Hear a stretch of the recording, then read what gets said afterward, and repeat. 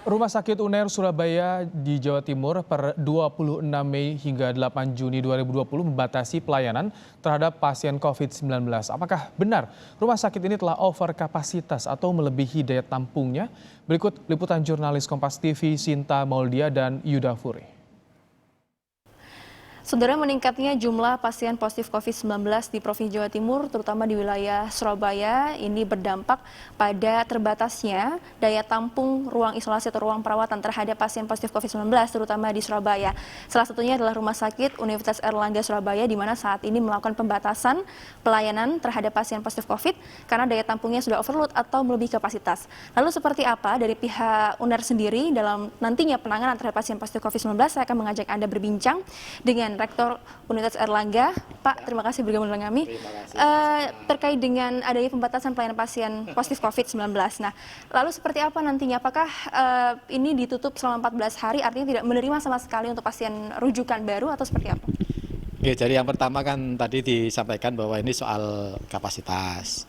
Kalau kita terima terus, sementara tidak ada yang keluar dalam arti sembuh, terus mau kita taruh di mana?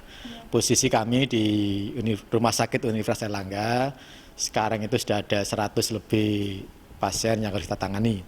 Bahkan ada likuran gitu kan, pasien yang sekarang penanganannya hanya di IGD, yang mereka kemudian antri untuk bisa masuk ke kamar isolasi maupun bed yang sudah kita siapkan.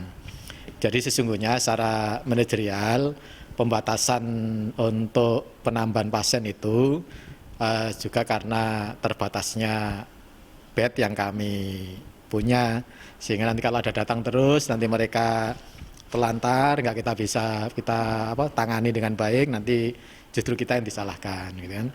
Karena penanganan pasien COVID ini memerlukan banyak persyaratan, terutama di soal tekanan negatif.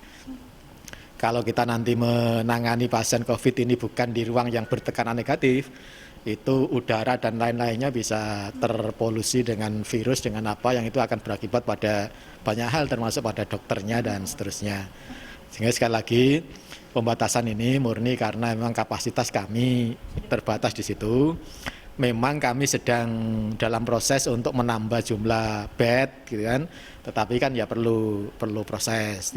Kita nggak perlu menghabiskan di awal ini dengan mati-matian sementara perjalanan masih panjang. Jadi kami sudah melakukan berbagai macam tindakan, termasuk menangani kawan-kawan nakes yang karena satu dan lain hal kemudian terkena itu sudah kita tangani dengan sebaik-baiknya, dan alhamdulillah kondisi mereka saat ini baik-baik saja. Mudah-mudahan dalam waktu segera mereka bisa bergabung lagi dengan kami untuk melayani masyarakat. Siap, terima kasih banyak. Saudara, berdasarkan perbincangan saya dengan Rektor UNER bahwa memang segala upaya terus dilakukan untuk kemudian berikan pelayanan yang maksimal, terutama di bidang kesehatan terhadap para pasien positif COVID-19. Selama 14 hari ini memang akan dilakukan penataan internal, salah satunya untuk menambah ruang perawatan atau ruang isolasi yang diharapkan nanti memberikan pelayanan maksimal kepada masyarakat. Sinta Maulia, Yuda Furi, Kompas TV, Surabaya, Jawa Timur. Hingga tanggal 27 Mei melalui informasi di situs infocovid19.jatimprof.go.id, ada 4.112 kasus terkonfirmasi positif COVID-19. Sementara ada 548 orang yang sembuh dan 337 orang meninggal dunia. Kemudian 6.071 orang berstatus PDP atau pasien dalam pengawasan dan 24.000 lebih ODP atau orang dalam pemantauan.